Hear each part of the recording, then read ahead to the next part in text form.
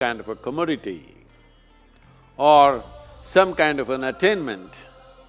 No, when your life comes to ease. Hey man, you ready for the video? Yeah, I'm ready. Let's do it. Let's do it, man.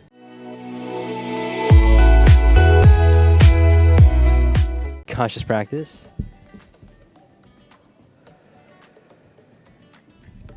What's conscious? This is V and Kunal, and today we'll be responding to Sadhguru's video on are you in pursuit of happiness? My name is V, I'm an aspiring yogi, love all things meditation, yoga, and wisdom based. Super grateful to have Kunal here on the show. Why don't you introduce yourself? Yeah, my name is Kunal. I'm a junior finance major and I'm from Houston, Texas. Well, thanks for being here, Kunal. Have you heard of Sadhguru before? No, I've not. So with that being said, Let's get into the video.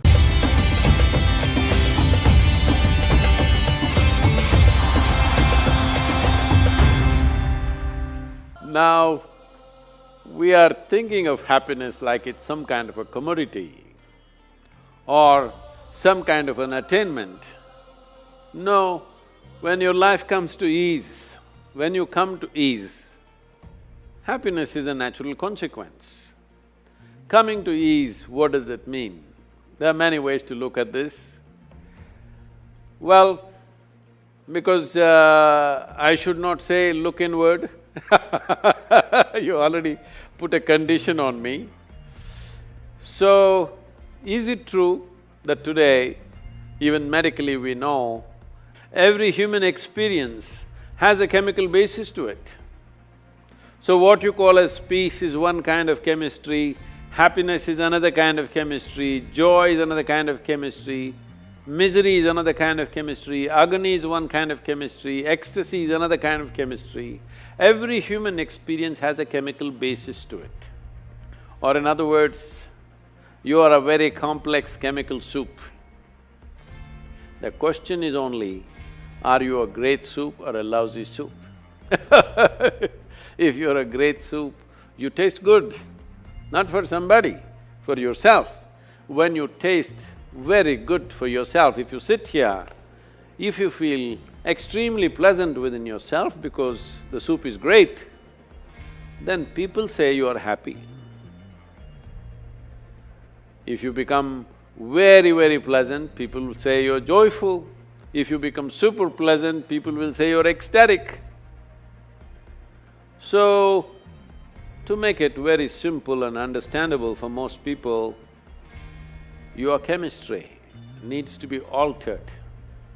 There's a whole technology with which we can create the kind of chemistry that you want.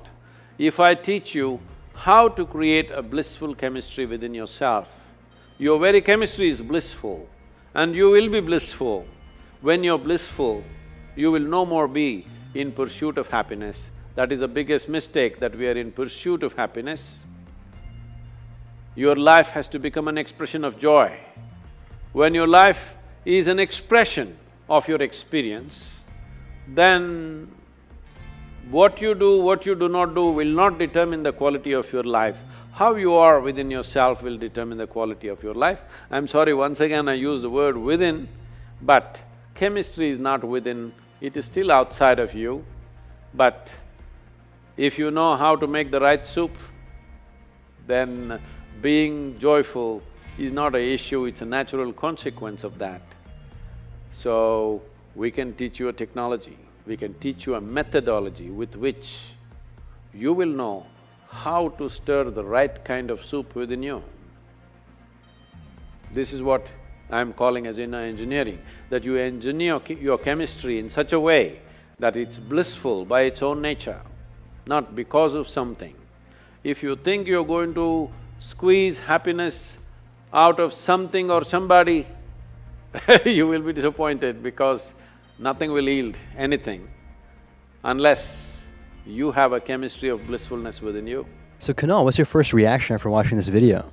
I really liked the metaphor of using the soup, kind of like being an array of emotions, and I think the fact that he was saying not to force the pursuit of happiness kind of goes a long way. I think a lot of people kind of force to be happy and that really you're just faking it. So I think being able to just be yourself, do the things you like, kind of goes a long way, and just not just in the present but also the future as well. So it's definitely very impactful and meaningful for sure. Thanks for sharing that response. I definitely agree with you. It's really important from what he was saying that you want to really make yourself in such a way that you will be happy, right? Yeah. Versus searching, because most of us today, and this is an interesting thing he actually talks about, which is someone going to the temple and someone going to the bar are actually seeking the same thing. They're seeking more happiness or more pleasure or whatever, right? More joy, more peace, just synonymous terms in a way. And it's not about which is right or wrong. It's just about realizing that in both cases, they're still seeking externally in a way, right? And so you need to create your system in such a way that you will become an expression of it versus searching for it. Does that analogy make sense? Yeah, no, definitely. I think, at least for me, like, like happiness and like just peace comes from within. Like you can't force it from outside. And like, at least for me, like what I do is like to find like that. It's just like I go do things that I enjoy. Like just by myself. Like I would go to the gym, go play basketball. Like that's just something that, like, no matter how well, how bad I'm playing, like I will always be happy just because I'm doing what I like. So I think not being not forcing anything kind of like just goes a long way. I think kind of knowing yourself is also a key factor in that as well. Yeah, 100%. And with that being said, let me ask you this. Are you happy right now? I would say I'm happy. On a scale of 1 to 10, what will you rate your average level of happiness every day? Every day? Probably like, well, we had finals this week, so it wasn't the best. But I would say a 7 usually every day, 7, 8. What would it take to make that 7 or 8 a 10? I'm kind of just doing the things I like every day. Kind of doing well in school, like just not really having any like problems like outside, and just kind of just being me. Is it possible to be happy, as he was kind of saying, or just in general, to where regardless of what you're doing, whether it's something you like or you don't like it, you can still be happy? Or is it contingent on you doing what you like?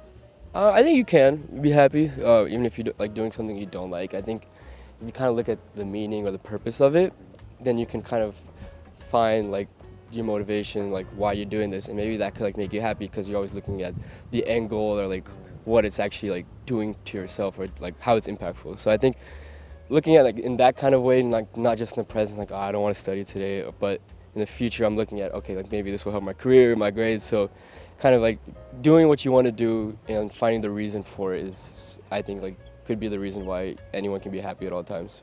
Is happiness a choice? No, I wouldn't say the choice. I would say, Why not? I think there are a lot of external factors that also play in it, and I know that everyone has different opinions. They're all different, like, so you can't like just say like just because one person says it. I think everyone's built differently. But Is it possible to be happy all the time, or is that not realistic? I think you can be, but you have to be really strong mentally, and I think you have to like not let things affect you as much as something could. So I think just like being like mentally strong and kind of knowing your purpose could. But I mean, it's not good to always be happy too. Like you got. Why is that? I think you gotta go through downfalls, kind of learn. Do you need to go through downfalls or sadness to be happy all the time, or more of the times, or can you just be happy all the time? I think you can be happy all the time, but I think like going through something that won't like does not make you happy kind of teaches you a lot of things, and To appreciate the happiness more? exactly you kind of like you more appreciate. Yeah, exactly. But you appreciate it doesn't mean that you can just be happy though, right? So there's the appreciating aspect of it and there's the actual experiencing of the happiness itself. So those are two separate things, no? Yeah, that's true. I mean, I would say, yeah, you can be happy every day, but I've never seen someone actually just be constantly aiming their hard. And Rare. yeah, it's rare. I mean, it's not a bad thing. Like, if you're happy, then that's good. But, like, you can't, like, just because someone says you're happy, you don't know inside if they're happy or not. So it's just, like, happiness is very individual, I would say. Even if I tell you I'm happy right now, but I may be, like, crying inside, like, you would think I'm so happy. Yeah. So I think that's... You don't know for sure.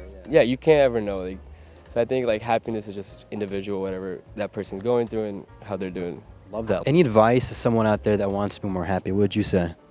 Just be yourself, do what you want, kind of figure out who you are. I think spending time alone can go a long ways, and just kind of knowing like what you like to do, who you are as a person can definitely impact yourself like just right now and the future as well. So just doing what you want to do is that would be the biggest advice I would say. Thank you so much, Kunal. You did great. Thank you so much for being here on the show as well. If you have any other video reaction requests, topics, or guests that you want to see on the show, you can comment down below. We'd love to hear your views on what I've shared, what Kunal has shared, even Sadhguru has shared. Open platform here. Let us know in the comments down below. With that, make this a great day. Take it joyful and stay conscious.